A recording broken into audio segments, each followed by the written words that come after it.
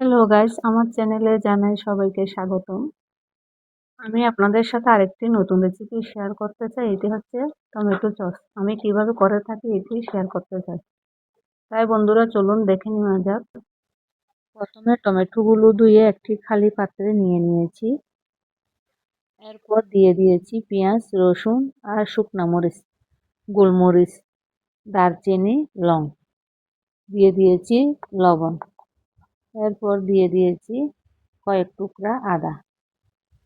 তো বন্ধুরা পরিমাণগুলো এখানে দেওয়া আছে, আপনারা দেখে নিতে পারেন। তো সব উপকরণ দিয়ে পাত্রটি চুলায় বসিয়ে দিব। চুলার আঁচ মিডিয়াম করে রাখতে হবে। 5-10 মিনিট পর আরেকটু নেড়ে দেব। নেড়ে দিয়ে ঢাকনা দিয়ে দিব।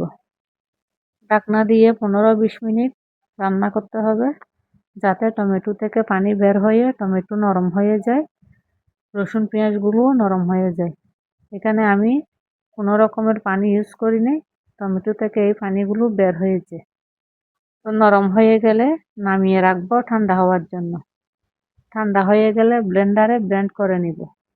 ব্লেন্ড করে নিয়ে একটি ছাঁকুনির সাহায্যে ছেঁকে নিতে হবে।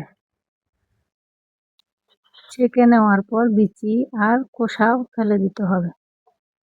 তো আমি এখানে কোনো রকমের পানি ব্যবহার করিনি, কারণ টমেটো সস বেশি দিন সংরক্ষণ করা যাবে না। তাই সংরক্ষণ করতে চাইলে কাচের জারে সংরক্ষণ করে রাখতে হবে। তারপর চুলায় বসিয়ে দেব। বসিয়ে দিয়ে নাড়তে হবে কিছুক্ষণ নাড়ার পর দিয়ে দিব চিনি। 2 কাপ দিয়ে দিয়েছি। এরপর দিয়ে দিব 1 কাপ ভিনেগার দিয়ে আমরা আরও কিছুক্ষণ নাড়ব। প্রায় 5-10 মিনিট নাড়তে হবে, যাতে ঘন হয়ে আসে সস। ঘন হয়ে না আসলে আপনারা চাইলে 1 চামচ কর্নফ্লাওয়ার ইউজ করতে পারেন। কর্নফ্লাওয়ার দিয়ে আরও কিছুক্ষণ রান্না করতে হবে। রান্না করার পর আমরা প্লেটে নিয়ে দেখব টমেটোর সস ঘন হয়ে আসছে কিনা।